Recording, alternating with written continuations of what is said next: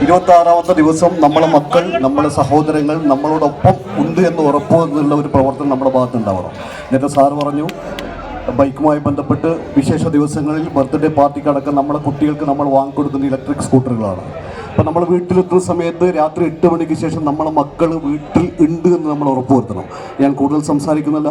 ഏറ്റവും കൂടുതൽ പ്രശ്നങ്ങൾ അനുഭവിക്കുന്ന നമ്മളെ മക്കളാരും ലഹരിക്ക് അടിമപ്പെടാൻ വേണ്ടി പാടില്ല. രണ്ടാമത്, നമ്മളെ മക്കളാരും മൊബൈൽ ഫോണിന് അടിമപ്പെടാൻ പാടില്ല. മൂന്നാമതായി, നമ്മളെ മക്കളാരും ലൈംഗികമായി ചൂഷണം ചെയ്യാൻ വേണ്ടി പാടില്ല. നാലാമതൊന്നുകൂടെ വന്നു, നമ്മളെ മക്കളാരും ട്രാഫിക് അപകടങ്ങളിൽപ്പെട്ട് മരണപ്പെടാൻ പാടില്ല.